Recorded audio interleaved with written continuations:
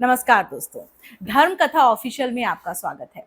पिछली हनुमान कथा में मैंने आपको बताया था किस तरह से ब्रज की समतल भूमि पर गिरिराज पर्वत यानी कि गोवर्धन आया है और उस पर्वत की क्या महिमा है।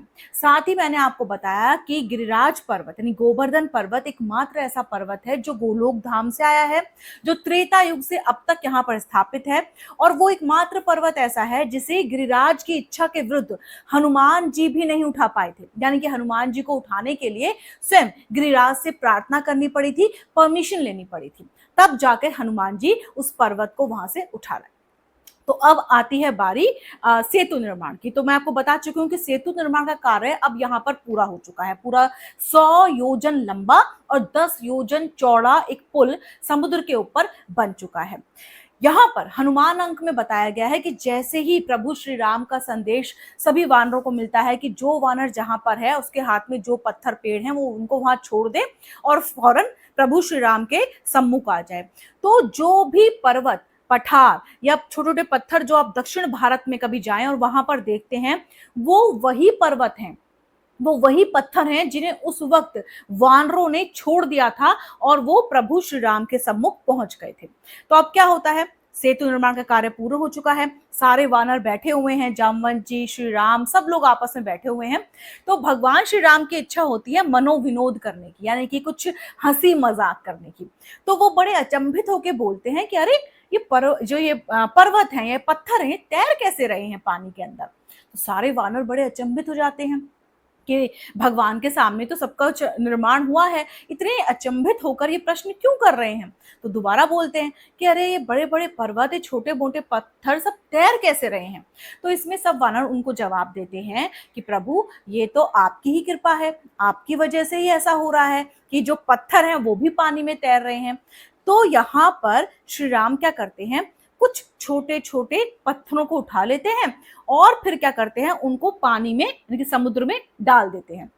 जैसे ही वो पत्थर भगवान श्री राम पानी में डालते हैं वो डूब जाते हैं, यानी कि वो तैरते नहीं हैं। भगवान श्री राम दोबारा पत्थरों को उठाते हैं और पानी में डालते हैं। वो पानी में डाल रहे हैं पर वो तैर नहीं रहे, अब वो सब डूब रहे हैं। तो वो श्री राम सारे वानरों से अब प्रश्न यहाँ पर करते हैं कि ये तो सब डूब रहे हैं। तो इस पर सारे वानर, रीछ, जामवंत जी सब शांत हो जाते हैं कि अब क्या बोले, जब हमने सेतु निर्माण किया था तब तो सब पत्थर तैर रहे थे, अब भगवान श्री राम जिन भी पत्थरों को अपने हाथों से छोड़ रहे हैं वो सब डूब रहे हैं, वो कोई तैर ही नहीं रहा है।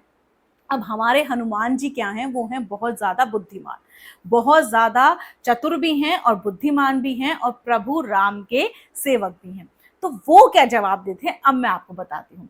वो जवाब देते हैं प्रभु श्री राम को कि प्रभु जिसे आपने ही अपने हाथों से छोड़ दिया वो कैसे तैर सकता है, उसका तो डूबना तय है, क्योंकि आपके नाम के बिना किसी की गति नहीं हो सकती। और जैसे ही हनुमान जी ये जवाब देते हैं वहां पर ठहाकों के दौर शुरू हो जाते हैं, सब लोग जोर जोर से हंसते हैं, स्वयं प्रभु श्री राम भी हंसने लगते हैं। तब जाकर हनुमान अंक और रामचरितमानस में इस बात का उल्लेख किया गया है कि राम से बड़ा राम का नाम, अर्थात जिस व्यक्ति को राम का सहारा हो वो इस समुद्र रूपी जीवन को आराम से तैर सकता है, तैर के जा सकता है, इसको पार लगा सकता है। लेकिन जिस व्यक्ति को प्रभु श्री राम छोड़ देंगे, अपने हाथों से ही छोड़ देंगे, उसका डूबना तय है। तो ये जो कथा है इसका सार भी हनुमान अंक में दिया गया है। इसीलिए बार बार यहाँ बताया गया है कि भले ही राम के दर्शन आपको ना हो पाए, लेकिन राम के नाम का सहारा आपको हर क्षण लेना चाहिए, क्योंकि जिसके पास राम के नाम का सहारा होता है वो तैरता ही तैरता है, वो कभी नहीं डूबता। और जिसे प्रभु श्री राम अपने हाथों से ही छोड़ देंगे, जिसे अपने हाथों, चाहे उन्होंने उसको हाथों में लिया पर जिसे छोड़ दिया, उसका डूबना तय है। तो आज की कथा आपको कैसी लगी मुझे जरूर बताइएगा। दोस्तों, ये सभी कथाएं मैं रामचरितमानस, भागवत, हनुमान अंक और अपने पुराणों से लेकर आती हूँ। मैं बार बार आपसे ये निवेदन करती हूँ कि अपने आने वाली जनरेशन को, अपने घर में बच्चों को, बुजुर्गों को, सबको ये कथाएं सुनाएं, क्योंकि ये पूरी तरह से ऑथेंटिक होती हैं। इसका जो सोर्स होता है वो हमारे पुराण है, हमारी रामचरितमानस है, हमारे भागवत है। इस तरह से आप सनातन से जुड़ते हैं, सनातन को आगे बढ़ाते हैं।